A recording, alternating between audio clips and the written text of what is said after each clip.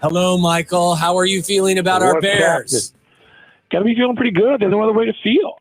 No other way to feel other than that. You know my standard answer to what do you expect for the Bears? What are you hoping for is improvement. And that's what they've done in the last 3 weeks, and particularly even the last, 5 from beating Tennessee on a, return and some stupid mistakes by the quarterback. Since then, they've gotten better, I would think, every week, even though, people will look at Houston and Indy and say, I thought they got better in those games. I think Houston is my pick to be in the AFC Championship game. So a one-possession loss at the end of that game is not the end of the world. I was telling Jeff Meller this very same thing. I said, this has been Mike Wilbon's kind of prescription for this Bears team. Overlook maybe some of the early season mistakes, but as long as he sees progress, he's going to be happy when we talk to him later this afternoon. Well, you are totally right on the money. Thank you very much for representing my crazy views accurately. And look, everybody I see now, all the former quarterbacks are, diagramming their brains out and talking about what Caleb sees and how he sees it and where he's putting throws accurately. And, it's all true. Now, these things are week to week. And so will he get better again next week? Not necessarily, but I would like that. And particularly, there's going to be a lot of pressure on him playing his next game after the bye at home here in Washington, D.C., blocks from where he grew up. And they're having all kinds. My son's high school, which is Caleb's high school, Gonzaga High School, is having like a day in his honor. I mean, this is not a coincidental thing.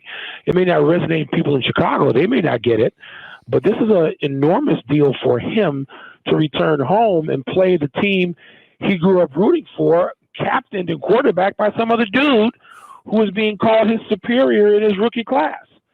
So big deal for that game in 12 days or whatever it is. Well, Michael, and it's a big deal, and the league has also taken notice because they have flexed that game from a noon Central Time kickoff to 3:25. So obviously it's getting the Tony Romo and Jim Nantz treatment from CBS. So it's going to be available to everybody across America. CBS, that's one of those games where CBS said, we're an original partner. Don't tell us Fox has to have this game.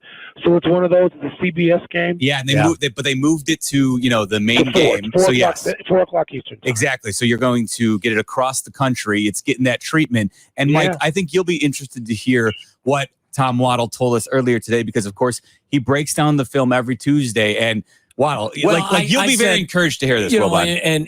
And I'm not one for hyperbole, Mike. And I acknowledge, I acknowledge, like you, that this is a week-to-week league, that they have beaten teams. Their 4 wins have come against teams that are 4-18. Teams they should beat. Exactly. That it's going to get more difficult. But the way that they have beaten these lesser teams in convincing fashion, I think serves as confirmation to them, especially on offense, that they are doing things the right way. I watched the film again, and I have to tell you, and other than the interception that he threw, which was just a glaring mistake, it's probably the cleanest and most impressive game I've seen a quarterback play on film wearing a Bears uniform in maybe ever. Wow. That's what I mean, Wilbon. It's not something. Now, and again, that's a mouthful. That's be taken lightly. And this is why I say it too. I mean, look. Tell him the Keenan Allen throw. That's the one where I think.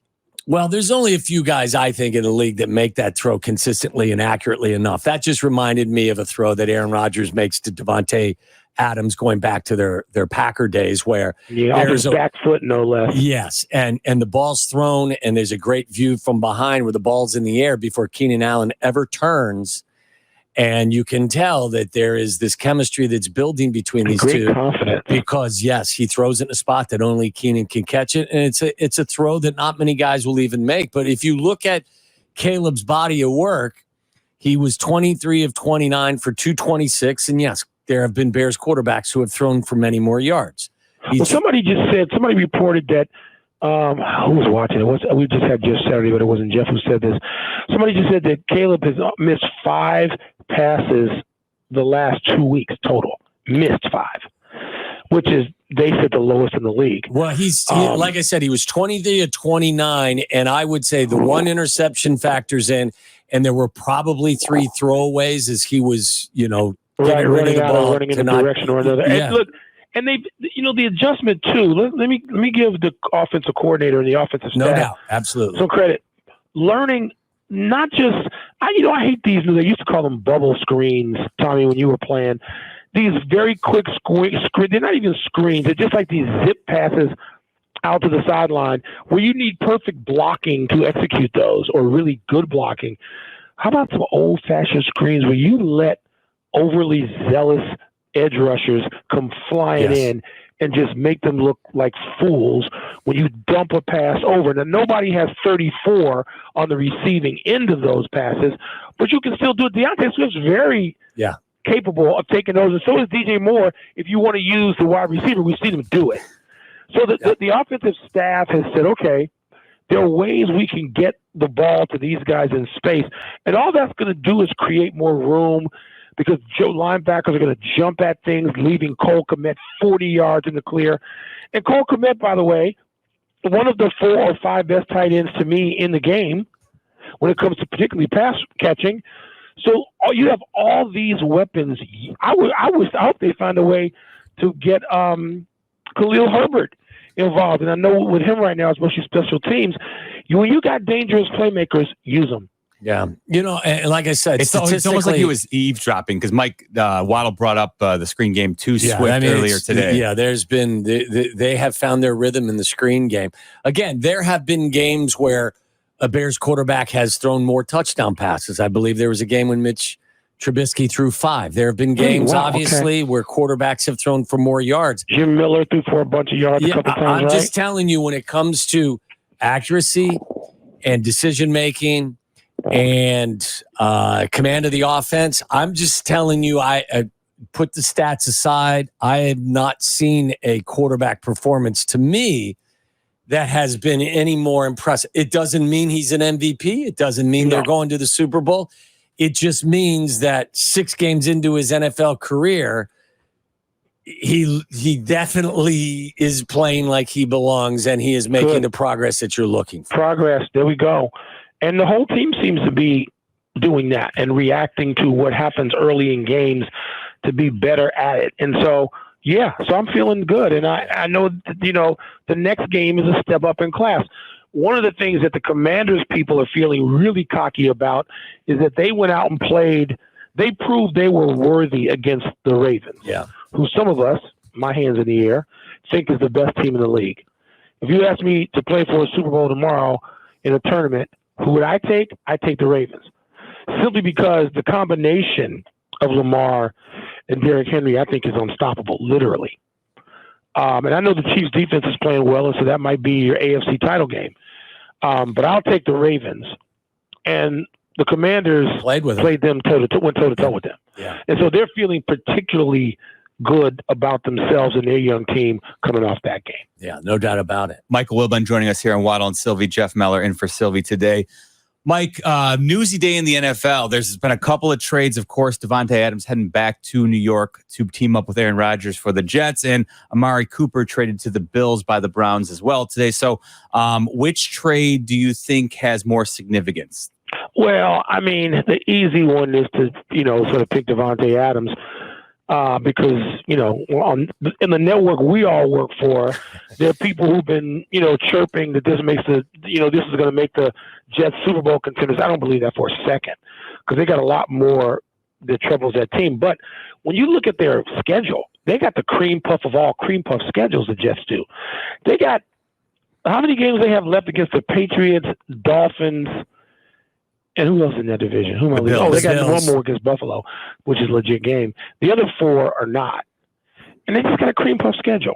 They got I saw this morning it was listed as the 3rd easiest remaining schedule in the league. I don't know whose schedule could be easier than the Jets. But given that, they still ought to win. They ought to win 10 or 11 games and make the playoffs. Mm-hmm. And Davante Adams can help them get there. And, it means that Aaron Rodgers has less room to blame other people. Right. Including the kicker, who had to go out there and operate in wind gusts that were completely unpredictable last night. So the Jets. Do I have the Jets needing to? This whole notion of everybody getting in must-win games in Week 5. No, they're not. They're just overstated by everybody at every network. They're not must-win games. The Jets didn't have a must-win game last night because they lost it, and it doesn't mean anything. So, but I think the Bills benefit given, their lack of receiving, and they don't have that veteran presence, and Coleman's a rookie. And so now they get Cooper. And so this is, Josh Allen knows what to do with Amari Cooper. So it could be a standoff in terms of which one is helping his new team more. I just think Devontae Adams listened to a situation that's got to be very comfortable with Aaron Rodgers. And look who else they got on that offense. Yeah. You've got Lazard. I mean, Wilson, Hall. Yes. You're loaded on offense. So he ought to slip in there, and they ought to be good to go in some of these sorry teams they got coming up after the next game. Speaking of strength of schedule, I think the Bears are maybe one of the most difficult schedules, if not the most. I saw the Bears was third most difficult schedule remaining. And a lot of that has to do, obviously, with all of the division games. Did you ever envision this division? I know we all thought it would be good. Yeah, but did you think it would be this good this early? Yeah, I said I thought all four could make the playoffs. Yeah. Yes. Detroit. And I don't know, we have to wait and see how Aiden Hutchinson's absence is going to affect the Lions. First of all, to me, if the Lions, if a team is ever going to go out and get somebody and spend a first-round draft pick and get somebody to try as best they can to replace him, it would be the Lions right now, because the Lions have everything to be a Super Bowl winner right now. And they've never won one. So what the hell are they waiting for? Yeah, there's talk that they may be interested in trying to find a way to get Max Crosby. That's the last guy I want to see in this division. Detroit guy too, isn't he? Yes. He played, I think, at Eastern Michigan, if I'm not mistaken. So I mean, that's talk about a brilliant suggestion. If the Raiders are having an open season on people and they're going to get rid of another star, if you're the Lions and you can get Max Crosby, you do it. And so that division is loaded. Yeah. And I think there are going to be some losses for all of them because I think they're going to beat up on each other. And I can't wait to see some of those games. And it's kind of cool that they're all playing out essentially starting the week before Thanksgiving. And I'm you want to see those are measuring stick games, and maybe the Bears aren't ready yet. It's quite possible they're not ready, and I'm not offended by that. Right. I'm not dissuaded or discouraged by them not being ready yet. Teams, one of the Tommy hears me mention this all the time. I remember the Bears' 1983 and 84 seasons and how they built those seasons.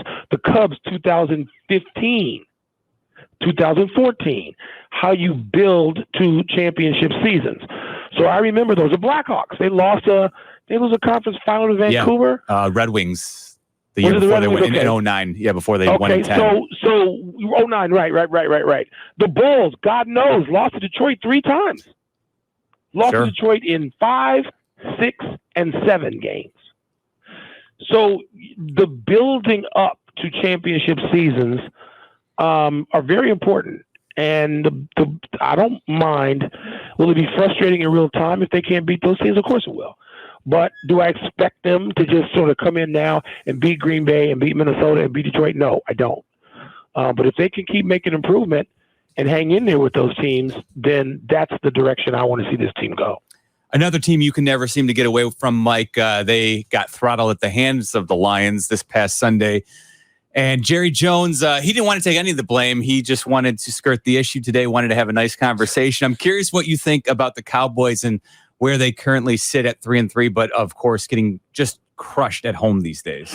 I don't think about the Cowboys, and I'm not one of those. This PTI is not a show that obsesses over the Cowboys or gives 18 minutes to the Cowboys on Monday morning to start the show.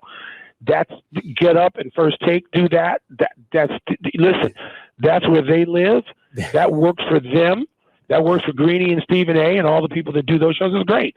That's not our show. Fair enough. We don't obsess over the Cowboys. We're not going to. We didn't mention the Cowboys. No need to then. And I'll, stack the interest in our show against others.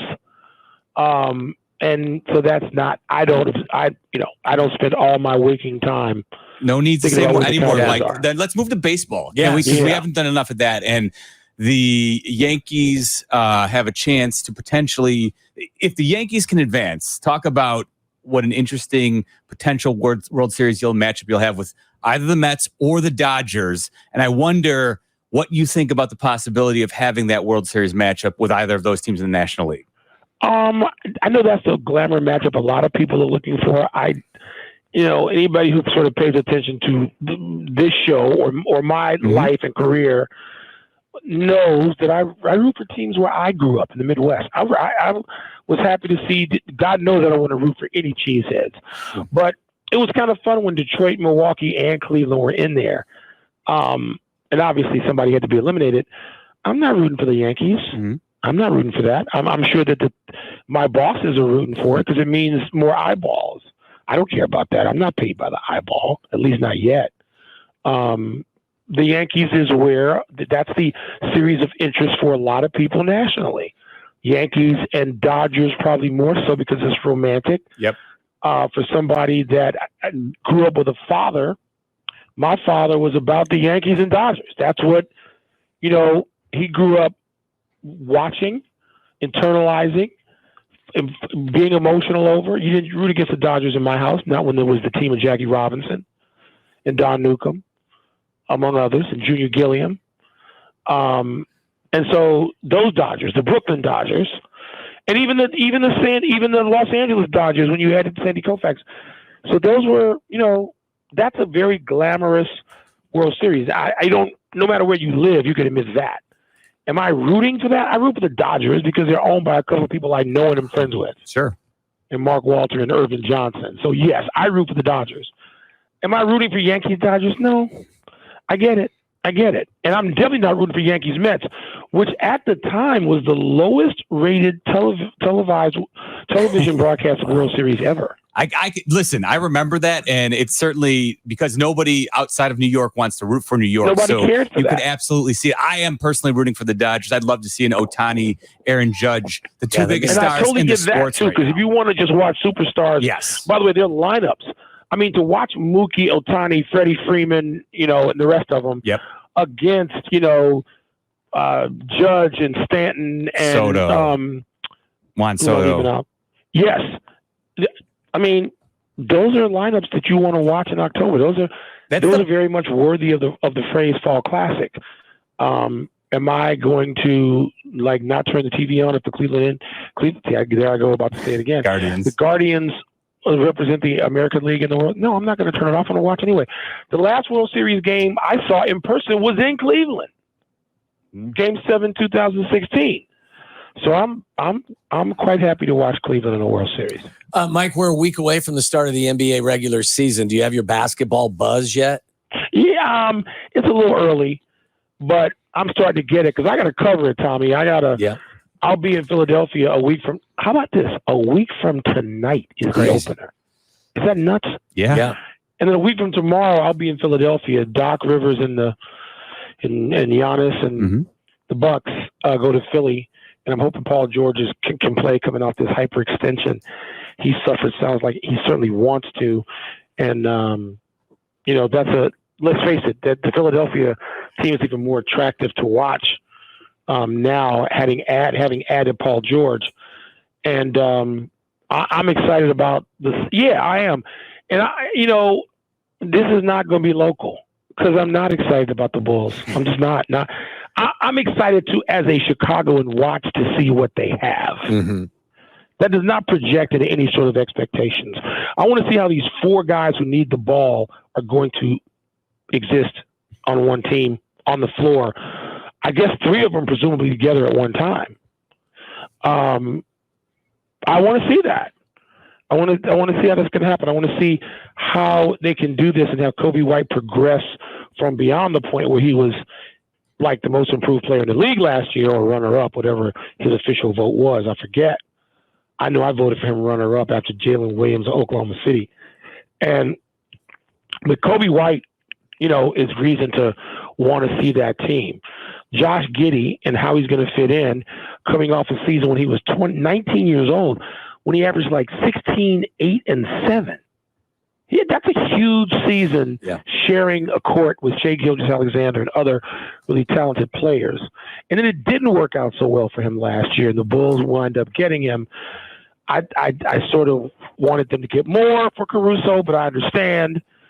And so I want to know how these guys are all going to feel. What's Ball going to look? What's Lonzo Ball going to look like? Who else? Who did I miss out? Oh, and Zach LaVine with that group. So you got 4 guys I want to see, but they all need the ball. How's that going to work? Yeah. How's Billy Donovan going to arrange and manage that? Yeah. So, but that doesn't fit into the greater storyline in the East of, in whatever order you want to put them: Celtics, Knicks, Sixers, Pacers, Bucks, Heat. That's 6 real teams that are a threat right there. No, the Bulls aren't going to be among them. Hey, before we let you go, Mike, our good friend Doug Collins officially went into the Basketball Hall of Fame. Did you get a chance to talk to Doug at all? I haven't. I've texted him. I'll talk to him. People don't say Doug Collins. Not only was Doug Collins the first overall pick in the draft, so for those who don't understand how great he was as a player out of Illinois State, and how great he was on a team that just narrowly missed winning the NBA championship when Doug was a starting point guard before injuries derailed his career. Talk about a guy who could identify with Derrick Rose. Doug Collins shed tears over that. I know firsthand. Doug Collins is the greatest analyst of basketball ever. I mean, to me, there's John Madden and there's Doug Collins in terms of just the top people in their sport analyzing their games in lifetime without doing it and making you numb to some statistical nonsense. Doug Collins could talk you through a game, the strategies, the people, the storylines, better than anybody ever in that sport.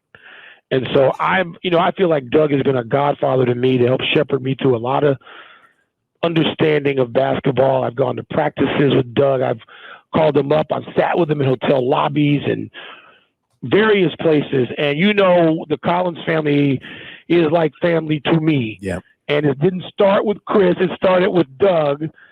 And, Doug and Kathy, thank you. And now, Chris and Kim, thank you. My coach. That's my coach now, Chris Collins.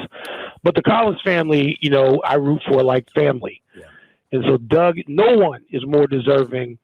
And Doug's had a star-crossed career with that Olympic team being part of that and not gathering the silver medals that they were awarded because they earned gold.